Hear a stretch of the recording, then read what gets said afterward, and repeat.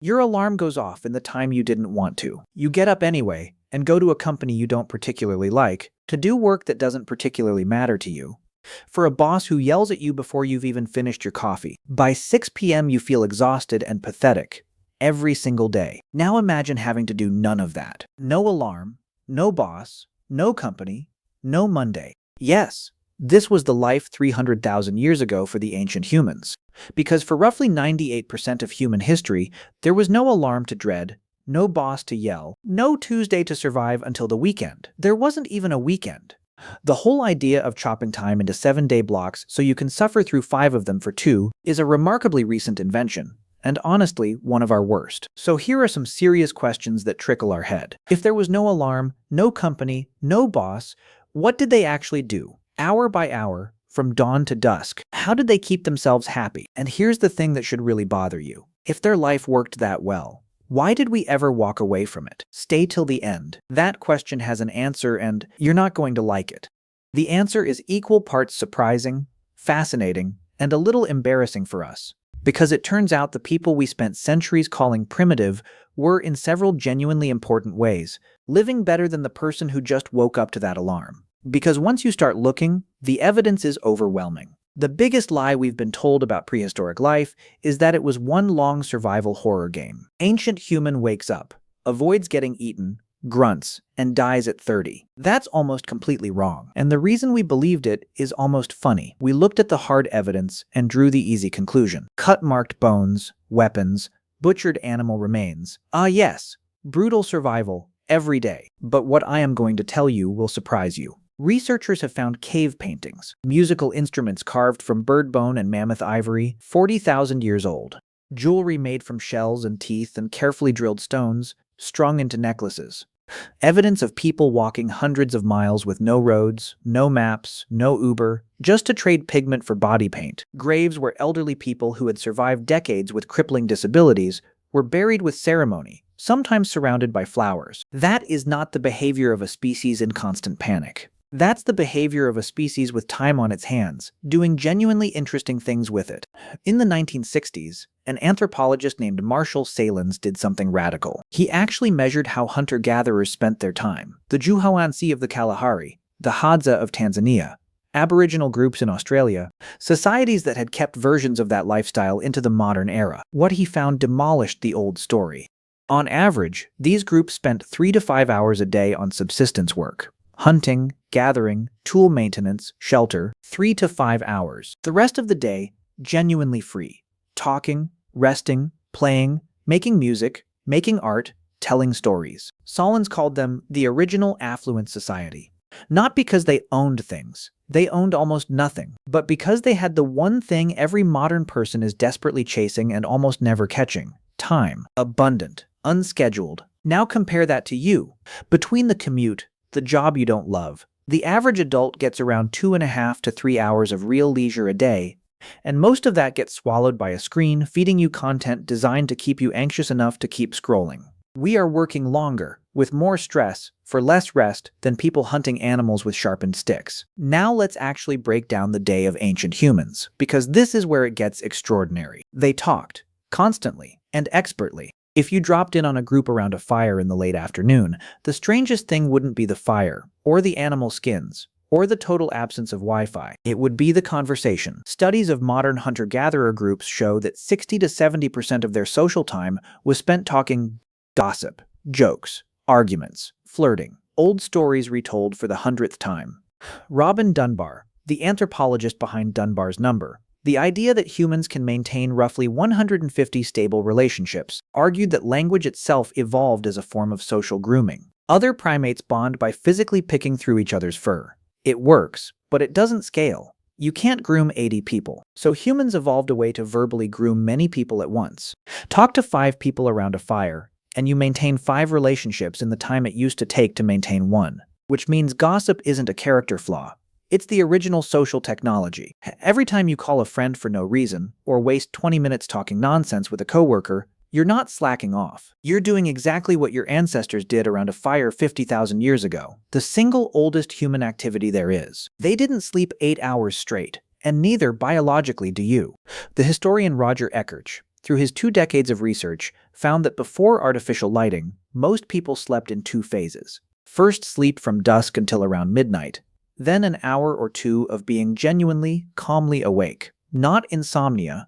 People got up, talked, had sex, smoked, visited neighbors, thought. Then second sleep until dawn. It was so normal that old texts mention first sleep and second sleep without explanation, the way we'd say lunch. It was only gaslight and then electric light that flattened this into the single 8-hour block we now call normal. So if you wake up at 2 a.m., lie there calm and oddly alert, and wonder what's wrong with you, the answer might be nothing. You're just missing the fire, the low voices of your family nearby, and a darkness electric light has erased.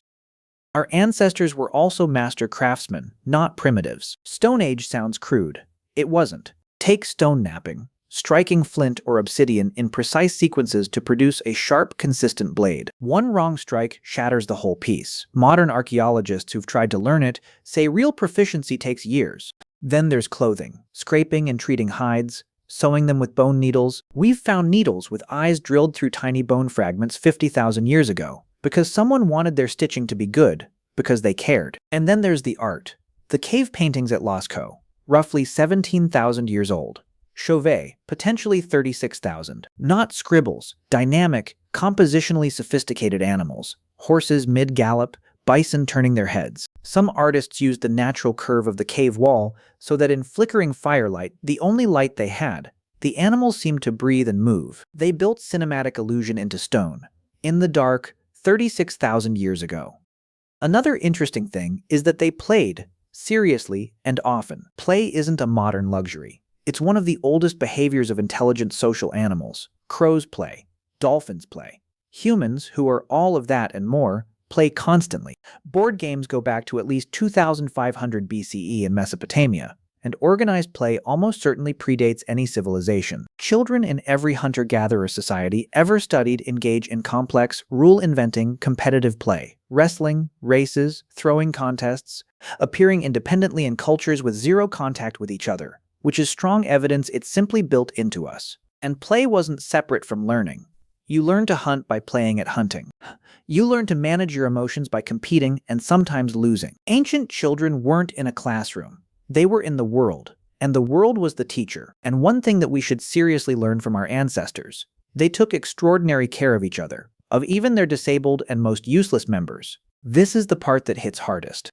We've found skeletons of people with severe, lifelong disabilities who survived for years, decades, because someone chose to keep them alive. A Neanderthal from Shanidar Cave in Iraq, Shanidar I, had a withered, amputated arm, was partially blind, had major hearing loss, and had survived serious leg injuries.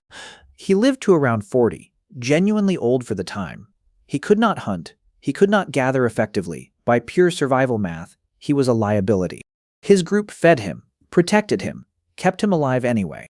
We found the skull of a child with Down syndrome in what is now Spain, who lived to around 8 years old some 500,000 years ago. A level of sustained care that goes far beyond instinct. We've found healed fractures, which means someone fed and protected that person for the weeks it took the bone to knit. We've found graves arranged with intention, with grave goods, with ceremony. The bones don't tell a story of brutal indifference. They tell a story of people who took care of each other for no strategic reason except that this is what it means to be human. And yes, they hunted, and it was completely insane. Before the bow and arrow, which appears around 70,000 years ago in South Africa, humans hunted primarily with a technique called persistence hunting.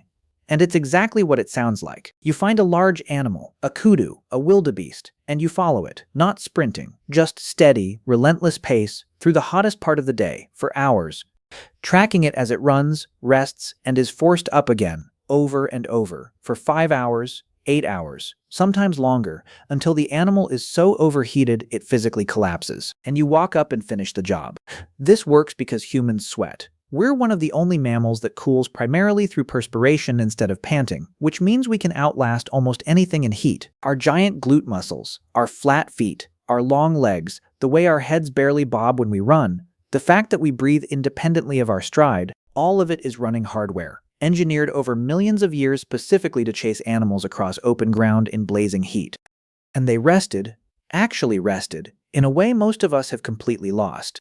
They were involved daily in what neurological science calls mental time travel.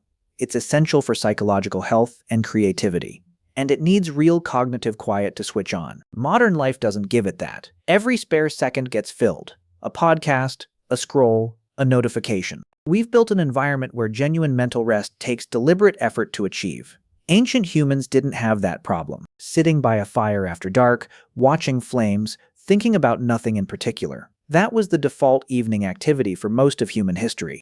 And it probably explains a lot. The clustering of humanity's great leaps in art, philosophy, and early science in periods of stillness. Ancient people weren't doing neuroscience. They were living it, sitting with their own thoughts for hours, every single day, asking questions with no obvious answers, and telling stories about them around the fire. Those stories are the ancestors of science, religion, philosophy, literature.